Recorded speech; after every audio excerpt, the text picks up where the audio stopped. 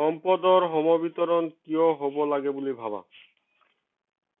সম্পদৰ সমবিতৰণ হ'ব লাগে বুলি কিয় ভাবা?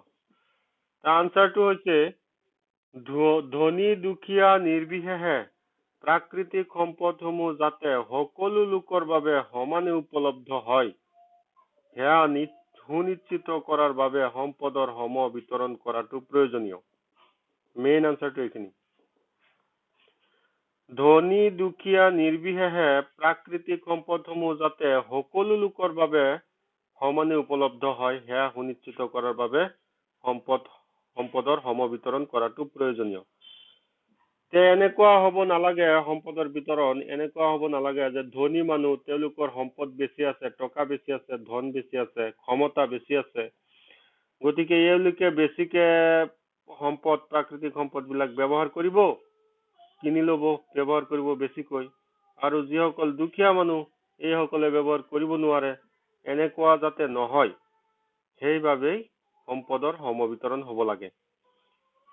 লগতে এইখিনিও লিখিব লাগিব যে প্ৰতিজন ব্যক্তিৰে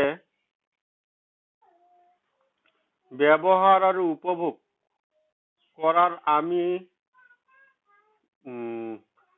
প্ৰতিজন ব্যক্তিৰে প্ৰাকৃতিক সম্পদ ব্যৱহাৰ আৰু উপভোগ কৰাৰ অধিকাৰ আছে। আমাৰ দেশৰ আইন মতে প্ৰতিজন ব্যক্তিয়েই প্ৰাকৃতিক সম্পদ ব্যৱহাৰ আৰু উপভোগ কৰাৰ অধিকাৰ আছে, প্ৰতিজন ব্যক্তিৰেই। সেয়ে সুবিধাসমূহ ধনী দুখীয়া দুয়োটা শ্ৰেণীয়ে যাতে সমভাৱে পায় আৰু দেশৰ প্ৰগতিত অৰিহণা যোগাব পাৰে সেইকাৰণে প্ৰাকৃতিক সম্পদসমূহ সমবিতৰণ কৰিব লাগে। আকৌ এবাৰ কৈ দি আছো লাহে লাহে। ধনী দুখীয়া নিৰ্বিশেষে প্ৰাকৃতিক সম্পদসমূহ যাতে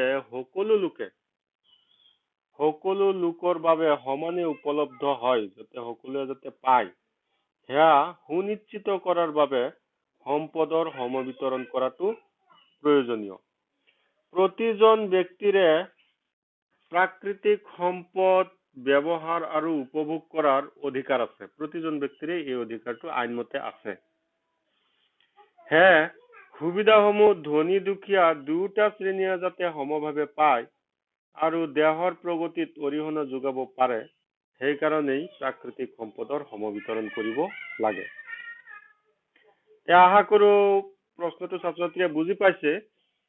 মই লাষ্টত ফটো মাৰি হোৱাটছএপত দি দিম, গ্ৰুপত দি দিম, তোমালোকে সেই 12 নম্বৰ কুৱেশ্যনৰ এই বাকী থকা অংশখিনি সন্নিৱিষ্ট কৰি ল'বা। ঠিক আছে?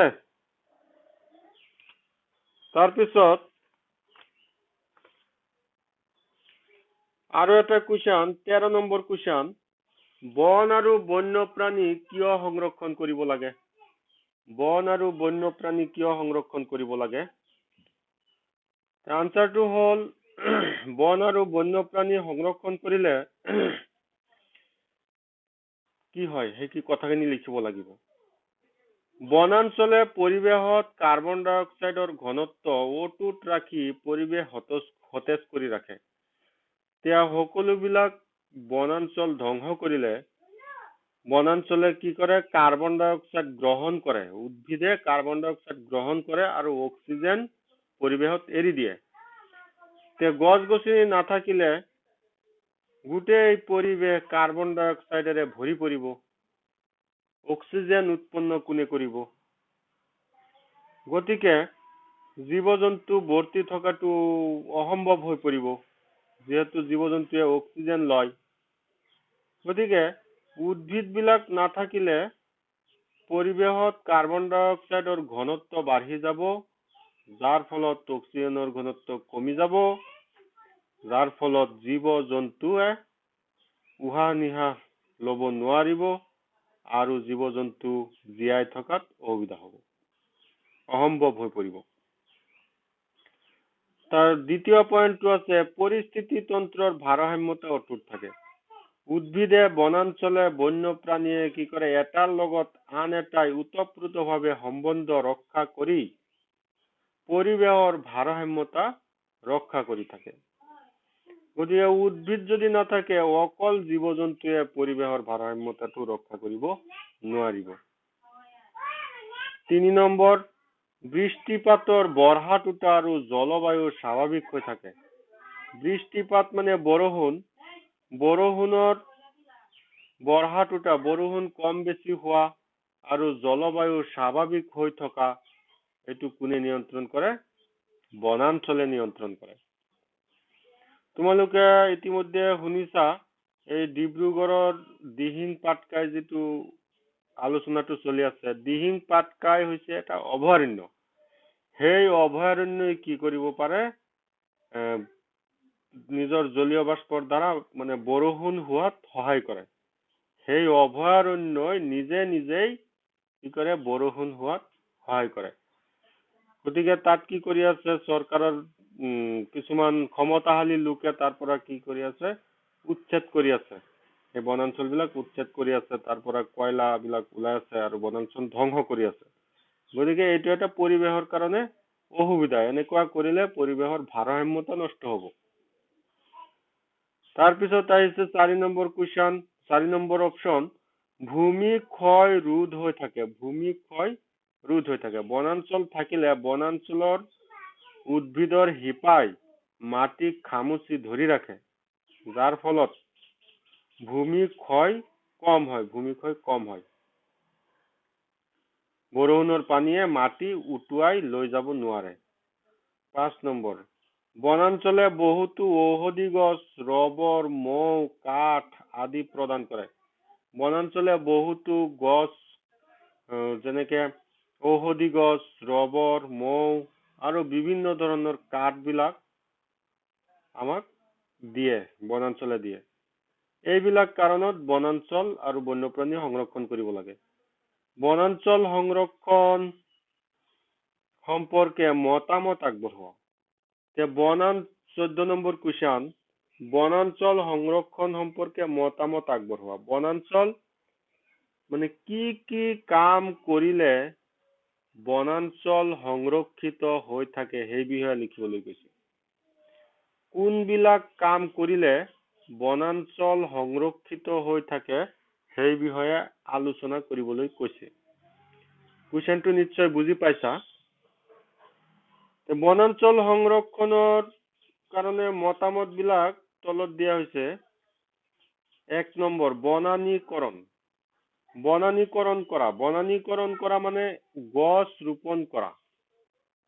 গছ ৰোপণ কৰা, উদ্ভিদৰ বাগিচা প্ৰস্তুত কৰা, যেনে শাল, চেগুন, গমাৰি এইবিলাকৰ বাগিচা প্ৰস্তুত কৰা। বেছিকৈ ৰোৱা। এটা দুটা ৰুলে এইটোক বনানীকৰণ কোৱা নহয়। তোমাৰ পদূলিৰ সন্মুখত এটা চেগুন গছ ৰুই থৈছা বা এটা তামোল গছ ৰুই থৈছা, এনেকুৱা ধৰণে এটা দুটা গছ ৰোপণ কৰিলে এইটোক বনানীকৰণ কোৱা নহয়। বহুতখিনি ভূমিত একেলগে বাগিচা আকাৰে গছ ৰোপণ কৰিলে, উদ্ভিদ ৰুলে, সেইটোক কোৱা হয় বনানীকৰণ। বনাঞ্চল সংৰক্ষণ কৰিবলৈ হলে কি কৰিব লাগিব? আমি বনানীকৰণ কৰিব লাগিব। 2 নম্বৰ, বাণিজ্যিক উদ্দেশ্যত বনাঞ্চল ধ্বংস আৰু জীৱ-জন্তুৰ চিকাৰ বন্ধ কৰা। বাণিজ্যিক উদ্দেশ্যত মানে কিছুমান কল কাৰখানা, উদ্যোগ বিলাক চলিবলৈ কি কৰে? বনাঞ্চল বিলাক ধ্বংস কৰে। বনাঞ্চলৰ বিভিন্ন উদ্ভিদৰ পৰা, যেনেকে ধৰা বাঁহৰ পৰা কি বনায়? কাগজ বনায়। ঠিক তেনেকে অন্যান্য আৰু উদ্ভিদ আছে, সেইবিলাকৰ পৰা ফেক্টৰীয়ে কি কৰে? বিভিন্ন ধৰণৰ বস্তুবিলাক, বিভিন্ন ধৰণৰ সামগ্ৰীবিলাক প্ৰস্তুত কৰে। যেনে ধৰা প্লাইউড বিলাক বনাই আছে। প্লাইউড বিলাক যিটো উদ্ভিদৰ পৰা বনায়, সেইটো যদি বেছিকৈ কাটি দিয়ে তেতিয়াহ'লে বনাঞ্চল ধ্বংস হ'ব। গতিকে বাণিজ্যিক উদ্দেশ্যত মানে বেপাৰ কৰিবলৈ, লাভ কৰিবলৈ বনাঞ্চল ধ্বংস আৰু জীৱ-জন্তুৰ চিকাৰ বন্ধ কৰা। জীৱ-জন্তুৰ চিকাৰ যেনেকে তোমালোকে জানাই যে বাঘৰ ছালটো বহুত দামত বিক্ৰী কৰিব পাৰি, বা এশিঙীয়া গড়ৰ খৰ্গটো বহুত দামত বিক্ৰী কৰিব পাৰি, লাখ লাখ টকা দামত বিক্ৰী কৰিব পাৰি একোটা। গতিকে এনেকুৱা কামৰ কাৰণে যাতে জীৱ-জন্তুৰ চিকাৰ কৰা নহয় তাৰ প্ৰতি নিশ্চিত হোৱা। বাণিজ্যিক উদ্দেশ্যত বনাঞ্চল ধ্বংস আৰু জীৱ-জন্তুৰ চিকাৰ বন্ধ কৰা। 3 নম্বৰ, বনাঞ্চল ৰক্ষাৰ বাবে গণ জাগৰণ সৃষ্টি কৰা। বনাঞ্চল ৰক্ষা কৰিবৰ কাৰণে গণ জাগৰণ সৃষ্টি কৰিলে মানে মানুহক যদি জনাই দিয়া হয়, জনসাধাৰণক যদি জনাই দিয়া হয় যে বনাঞ্চল ধ্বংস কৰিলে পৰিৱেশৰ যে অমুক অমুক ক্ষতি হ'ব, আৰু যিটো ক্ষতি মানুহে কি কৰিব লাগিব, এইটো মানুহে তাত সেইটো উপভোগ কৰিব লাগিব, মানে মানুহে সেইটো বুজি পাইছে নিশ্চয়, শব্দটো মোৰ মনত পৰা নাই। বন জুই নিয়ন্ত্ৰণৰ ব্যৱস্থা কৰা। বন জুই নিয়ন্ত্ৰণ মানে কিছুমান প্ৰাকৃতিক কাৰণতেই হওক বা কিছুমান কৃত্ৰিম কাৰণতেই হওক হাবি বনাঞ্চলত জুই লাগি যায়। জুই লগাৰ ফলত বহুত ভূমিৰ হাবি জংঘল কি হয়, জুইত পুৰি ছাৰখাৰ হৈ যায়, ধ্বংস হৈ যায়। এনেকুৱা যাতে নহয় তাৰ প্ৰতি নিশ্চিত হোৱা। বন জুই কেনেকৈ লাগে? বন জুই যেতিয়া খৰাং বতৰ আহে, খৰাং বতৰত ধৰা দুটা গছ এটা আনটোৰ লগত এনেকে লাগি আছে, বা বাঁহবিলাক এটা আনটোৰ লগত এনেকে লাগি থাকে, তেতিয়া দুডাল বাঁহ যদি এনেকে লাগি থাকে, বতাহ মাৰিলে কি হ'ব, এইটো ঘঁহনি খাব, বাঁহ দুডালে ঘঁহনি খাব। এনেকে ঘঁহনি খালে গৰম হৈ তাত জুই লাগি যায়। বা কিছুমান চৰকাৰ বিৰোধী সংগঠন আছে, চৰকাৰ বিৰোধী সংগঠনে কি কৰে, ঘন জংঘলত গৈ পেলাই তাত নিজে ইচ্ছা কৰি জুই জ্বলাই দিয়ে। এইবিলাক হৈছে বন জুই। বন জুই নিয়ন্ত্ৰণৰ ব্যৱস্থা কৰা। 5 নম্বৰ, বনাঞ্চল সংৰক্ষণৰ ক্ষেত্ৰত বৈজ্ঞানিক পদ্ধতি অৱলম্বন কৰা। বৈজ্ঞানিক পদ্ধতি অৱলম্বন কৰা মানে ধৰা কাজিৰঙাত কি হয়, বানপানী হয়েই, প্ৰত্যেক বছৰ কাজিৰঙাত বানপানী হয়েই, যাৰ ফলত হাতী, গড়, হৰিণা বিভিন্ন ধৰণৰ জন্তুবিলাক কি কৰে, ওখ ঠাই বিচাৰি আহি জংঘলৰ পৰা, হাবিৰ পৰা ওলাই পৰে আৰু চাৰিওফালে সিঁচৰিত হৈ যায় সংস্থাপন নোহোৱাৰ ফলত। যাৰ ফলত কি হয়, তাত এটা বিশৃংখলাৰ সৃষ্টি হয় আৰু পৰিৱেশৰ ভাৰসাম্যতা নষ্ট হয়, মানুহৰ ক্ষয়ক্ষতি কৰে। এনেকুৱা নহবৰ কাৰণে বৈজ্ঞানিক পদ্ধতি অৱলম্বন কৰিব পাৰি। যেনে ধৰা অভয়াৰণ্যৰ মাজে মাজে ওখ ওখ আমি ঠাই বনাই দিব লাগে, যাতে বানপানী হলে সেই জন্তুবিলাক সেই ঠাইত গৈ আশ্ৰয় ল'ব পাৰে। এনেকুৱা ধৰণৰ জীৱ জন্তুবিলাক চিকিৎসাৰ পদ্ধতি ব্যৱহাৰ কৰা, উদ্ভিদবিলাকত বৈজ্ঞানিক পদ্ধতি অৱলম্বন কৰা। এনেকুৱা ধৰণৰ বৈজ্ঞানিক পদ্ধতি অৱলম্বন কৰিলে বনাঞ্চল ধ্বংসৰ পৰা ৰক্ষা পাব। বানপানী নিয়ন্ত্ৰণৰ ব্যৱস্থা কৰা। বানপানীৰ ফলত বনাঞ্চল বিলাক ধ্বংস হয়। বানপানীত কি হয়, বনাঞ্চলৰ সকলো উদ্ভিদ পানীৰ তলত গুচি যায়, যাৰ ফলত উদ্ভিদ বিলাক ধ্বংস হয়, নষ্ট হয়। ইয়াত 6টা কাৰণ আছে। এনেকুৱা ধৰণৰ কুৱেশ্যন এটা আহিবই। আশা কৰো ছাত্ৰ ছাত্ৰীয়ে ভালদৰে বুজি পাইছে। তাৰপিছত আছে পৰিৱেশৰ ক্ষমতা ৰক্ষাৰ কাৰণে ঘৰখনত কেনেধৰণৰ পৰিৱৰ্তনৰ পৰামৰ্শ আগবঢ়াবা। পৰিৱেশৰ ক্ষমতা ৰক্ষাৰ কাৰণে ঘৰখনত কেনেধৰণৰ পৰিৱৰ্তনৰ পৰামৰ্শ আগবঢ়াবা। ইয়াৰ আনচাৰটো হ'ল 1 নম্বৰ, পলিথিনৰ মোনাৰ সলনি মৰাপাট, কাগজ আৰু কাপোৰৰ মোনা ব্যৱহাৰ কৰা। আমি কি কৰো, এটা বেয়া অভ্যাস আমাৰ মাজত গঢ়ি উঠিছে যে মানুহবিলাক বজাৰলৈ যোৱাৰ সময়ত কোনো মোনা লৈ নাযায়। বজাৰত যোৱাৰ সময়ত কোনো মোনা লৈ নাযায়, বা চহৰত কিবা বজাৰ কৰিবলৈ গৈছে, তাত মোনা লৈ নাযায়। বজাৰ কৰাৰ পিছত দোকানীয়ে কি কৰে, সেই পলিথিনৰ কেৰি বেগ বিলাকত বস্তুবিলাক ভৰাই ভৰাই দিব লগা হয়, যাৰ ফলত পলিথিনৰ ব্যৱহাৰটো বাঢ়ি গৈছে। আৰু এই পলিথিন বিলাক যিহেতু আমি ঘৰত আনি পেলাই পেলাই দিওঁ, গতিকে এইবিলাকে মাটিৰ গুণাগুণ নষ্ট কৰিছে, পৰিৱেশৰ ভাৰসাম্যতা নষ্ট কৰিছে। আমি যদি ঘৰৰ পৰা বজাৰলৈ ওলাই যাওঁতে কিছুমান মৰাপাটৰ মোনা থাকে, এই মৰাপাটৰ মোনাবিলাক লৈ যাওঁ, বা কাগজ বা কিছুমান কাপোৰৰ মোনা থাকে, এইবিলাক যদি আমি লৈ যাওঁ, তেতিয়াহ'লে দোকানৰ পৰা বস্তু কিনোতে পলিথিনত নললেও হ'ব, সেই মোনাটোত লৈ ললেই হ'ল। তেতিয়াহ'লে পলিথিনৰ ব্যৱহাৰটো কমিব, যাৰ ফলত পৰিৱেশৰ ভাৰসাম্যতা বহুখিনি ভালে থাকিব। 2 নম্বৰ বাল্ব, টিউবলাইট আদিৰ সলনি কম ৱাটৰ CFL বা LED ব্যৱহাৰ কৰা। আগৰ দিনত যিবিলাক বাল্ব ব্যৱহাৰ কৰা হৈছিলে বা টিউবলাইট ব্যৱহাৰ কৰা হৈছিলে সেইবিলাকে ভল্টেজ বেছি খাইছিলে, বেছি ভল্টেজ ব্যৱহাৰ কৰিছিলে, যাৰ ফলত খৰচটো বেছি হৈছে, কাৰেণ্টটো বেছি খৰচ হৈছে। আজিকালি কিছুমান CFL বাল্ব ওলাইছে আৰু সদ্যহতে যিটো LED বাল্ব ওলাইছে, এই বাল্ব বিলাকে ভল্টেজ একেবাৰে কম ব্যৱহাৰ কৰে, কম ভল্টেজত কাম কৰে, যাৰ ফলত বহুত পৰিমাণৰ কাৰেণ্ট বিদ্যুৎ ৰাহি হয়। গতিকে LED আৰু CFL বাল্ব বিলাক ব্যৱহাৰৰ ব্যৱস্থা কৰা। 3 নম্বৰ ব্যৱহাৰ নোহোৱা অৱস্থাত বাল্ব, ফেন আদি বন্ধ কৰি ৰাখা। যেতিয়া ৰুমৰ ভিতৰত কোনো নাই তেতিয়া বাল্ব বিলাক বন্ধ কৰি ৰাখা, ফেন বন্ধ কৰি ৰাখা, দিনৰ ভাগত বাল্ব বিলাক বন্ধ কৰি ৰাখা, এনেকুৱা ধৰণৰ কাম বিলাক কৰিলে পৰিৱেশৰ ক্ষমতা ৰক্ষা পাই থাকে। পানীৰ টেপ, নলা আদি সুৰঙা বন্ধ কৰা। পানীৰ টেপ কেতিয়াবা বেয়া হৈ যায়, ফাটি যায় বা ভাঙি যায়, তেতিয়া টপ টপকৈ পানী পৰি থাকে।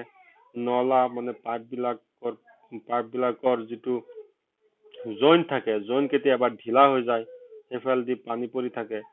এনেকুৱা ধৰণৰ বস্তুবিলাক মেৰামতি কৰি লোৱা। তেনেকে কৰিলে পানী ৰাহি হ'ব।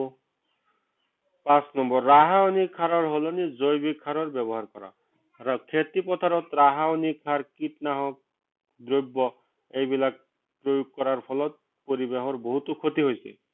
গতিকে এইবিলাক ব্যৱহাৰ কমাই দিয়া আৰু জৈৱিক সাৰৰ ব্যৱহাৰ বঢ়াই দিয়া। জৈৱিক সাৰ বুলি ক'লে বিশেষকৈ গোবৰ সাৰৰ কথাই উল্লেখ কৰা হয়। ৰাসায়নিক সাৰ ব্যৱহাৰ কম কৰি গোবৰ সাৰ বেছিকৈ ব্যৱহাৰ কৰা। বিদ্যুৎ ৰাহি কৰিব পৰা টিভি, ফ্ৰিজ, AC আদি ব্যৱহাৰ কৰা। আজিকালি তোমালোকে দেখিছা কিছুমান ফেন ওলাইছে বা ফ্ৰিজ ওলাইছে, এইবিলাক একেবাৰে কম ভল্টেজত কাম কৰে। এনেকুৱা ধৰণৰ উন্নত মানৰ টিভি, ফ্ৰিজ আদি ব্যৱহাৰ কৰা। বাগিচা ৰোপণ কৰা। বাগিচা ৰোপণ কৰা বুলি ক'লে বিশেষকৈ ফুলৰ বাগিচা বা সৰু সুৰা তামোলৰ বাগিচা বা খেতি পথাৰ বা শাক পাচলিৰ বাগিচা এইবিলাক প্ৰস্তুত কৰাৰ কথা উল্লেখ কৰা হৈছে। গতিকে ইয়াত 7টা পইণ্ট দিয়া হৈছে। এই 7টা লিখিলে তোমালোকে ফুল মাৰ্ক পাই যাবা। নিজৰ ফালৰ পৰা তোমালোকে 2-এটা বনাই লিখিব পাৰা ইয়াৰ বাহিৰেও।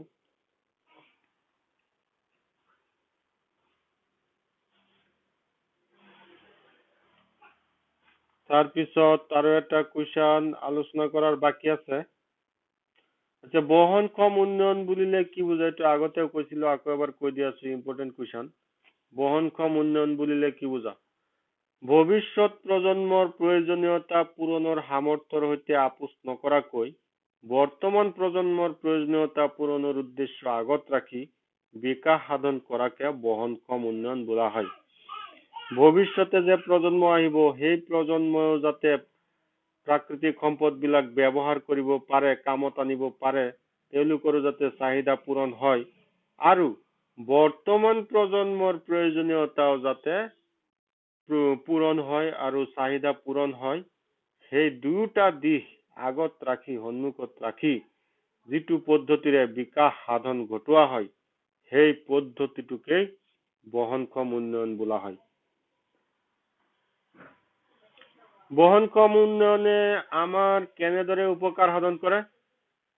যে বহনক্ষম উন্নয়নে আমাৰ কেনেদৰে উপকাৰ সাধন কৰে, ইয়াৰ আনচাৰটো হ'ল সম্পদৰ সমবিতৰণ আৰু সীমিত ব্যৱহাৰ কৰাত উৎসাহ যোগায়।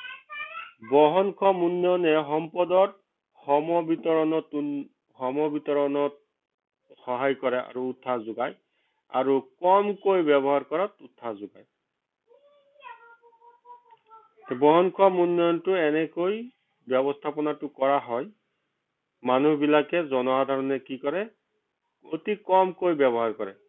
ধৰি লোৱা পেট্ৰল, ডিজেল, কেৰাচিন এইবিলাক আমি কি কৰো, যধে মধে ব্যৱহাৰ নকৰো নহয়।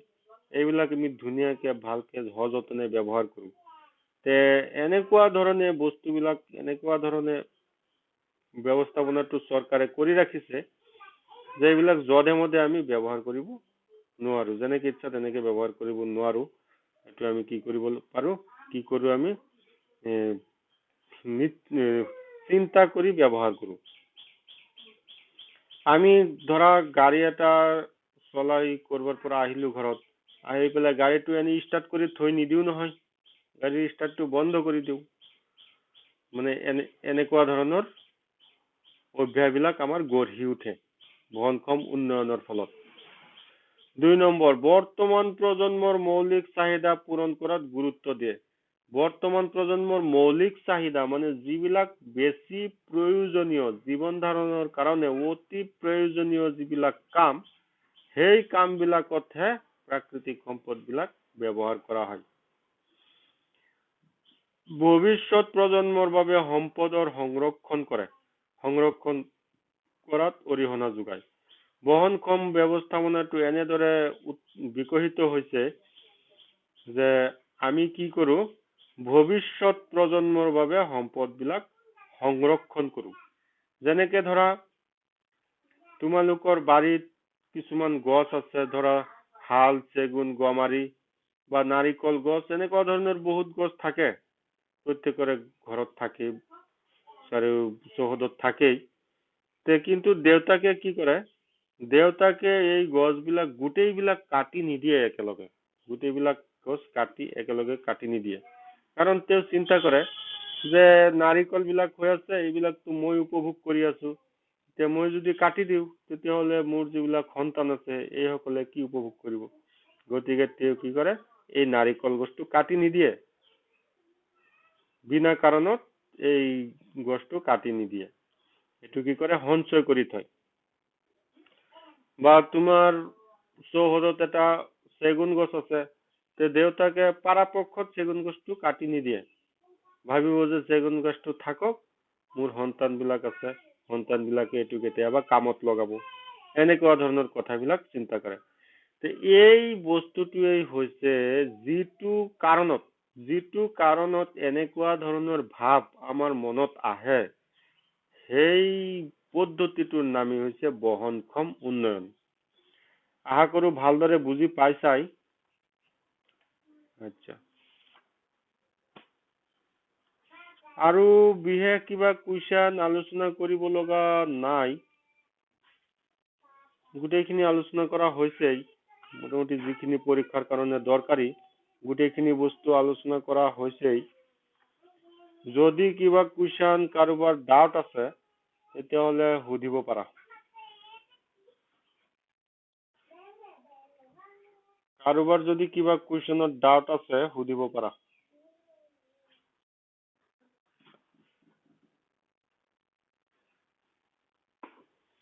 আৰু 5 মিনিট মান আছে।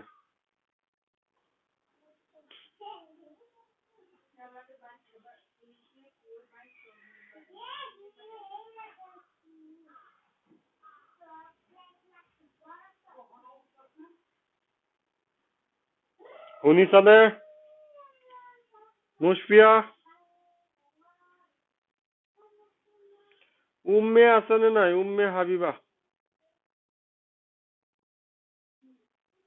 উম্মে আছা? কোৱা কোৱা, কি আছে সুধিব লগা? কি আছে, কিবা আছে নেকি কোৱা?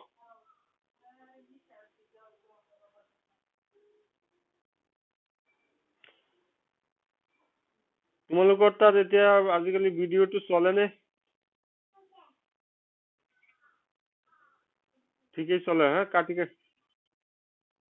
17 নম্বৰ কুৱেশ্যন চাই আছো ৰবা। 17 নম্বৰ কুৱেশ্যনত কি আছে?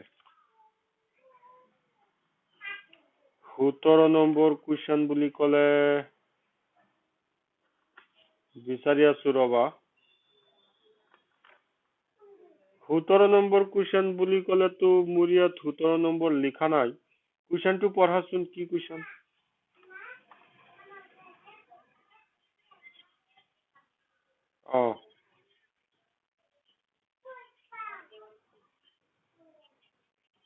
কৰ্তৃত্ব। আচ্ছা, এইটো আকৌ এবাৰ কৈ আছো, আগৰ ক্লাছত কৈছিলোৱেই। বন আৰু বন্যপ্ৰাণীৰ অংশীদাৰসমূহ কোন? অংশীদাৰ বুলি ক'লেতো বুজি পাইছাই, মানে কাৰ কাৰ এই বন আৰু বন্যপ্ৰাণীৰ ওপৰত কাৰ মানে অংশীদাৰটো বুজি পাইছা, ইয়াৰ সহজ ভাষাত আৰু কি হ'ব পাৰে? কাৰ অধিকাৰ আছে নেকি? বন আৰু বন্যপ্ৰাণীৰ অংশীদাৰ মানে তাত কাৰ অধিকাৰ আছে তাৰ কথা কৈছে।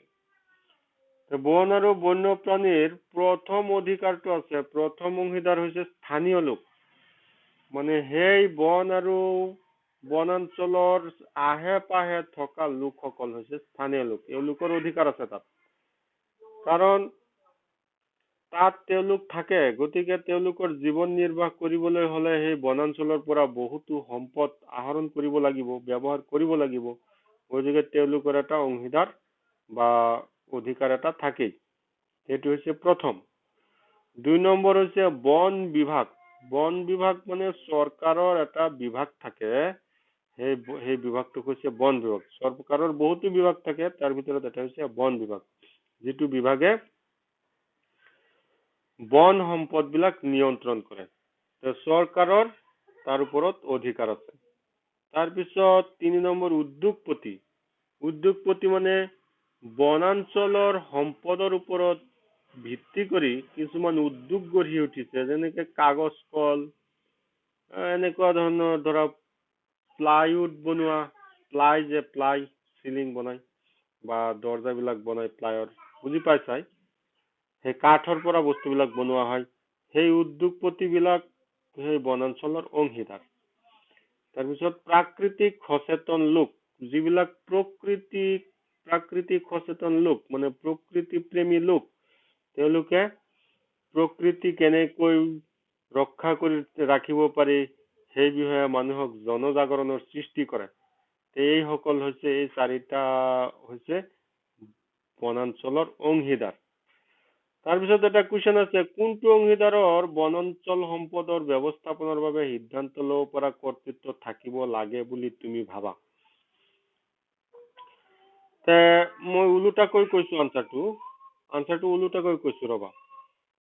যদি বন বিভাগক ২ নম্বৰ, যদি বন বিভাগক দায়িত্বটো সম্পূৰ্ণৰূপে অৰ্পণ কৰা হয়, তেতিয়াহ'লে বন বিভাগৰ যিবিলাক লিডাৰসকল আছে, এই লিডাৰসকল লোভত পৰিব আৰু বনাঞ্চল ধ্বংস কৰিব, যিটো প্ৰেক্টিকেলি হৈ আছে বৰ্তমান।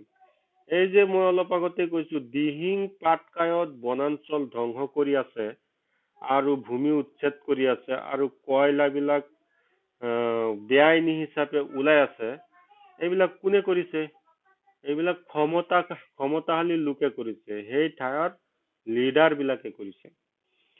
গতিকে বন বিভাগক আমি দায়িত্বটো দিলে নহব।